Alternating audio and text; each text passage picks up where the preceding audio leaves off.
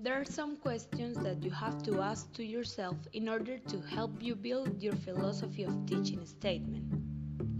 One of these questions will be, what does it mean teaching for me as a teacher? And to give an answer to this one, I'm gonna use a definition that Stephen Brookfield made in his book The Skillful Teacher back in the 80s.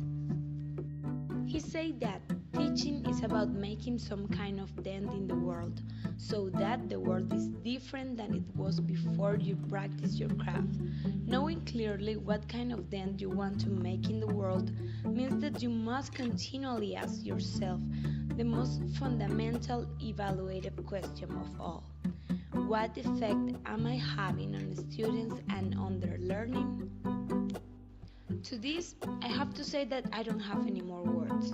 It completely defines the art of teaching to me. That is what teaching is about. Make an impact on your student's life, create a difference. Now, when we have already answered this question, it comes the next one. What does it mean learning? Let me tell you what I think learning is not. Learning is not making your students memorize a lot of concepts without giving them a reason to do it. Learning is not teaching random information because guys need to know about everything. Learning is not doing homework just because it has to be done. Learning is way more than that. Learning is a process of active engagement in which us, as teachers, participate giving our students tools to help them create meaningful knowledge.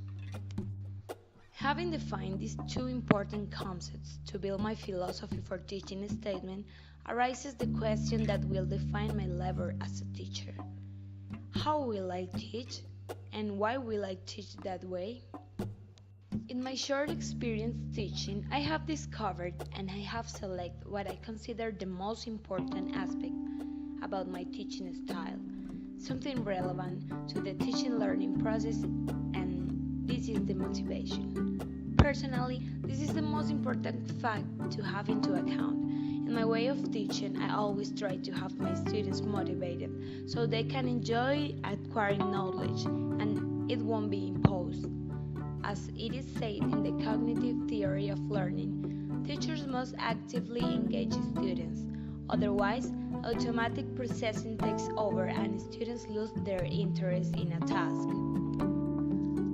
Promoting an environment where the students feel the need to learn because it will be useful in a situation on their lives is a very effective way to have them motivated. Again, as it is said in the cognitive theory, teachers motivate students best when they provide course activities and projects that tap their natural ability and interest in solving problems and making decisions.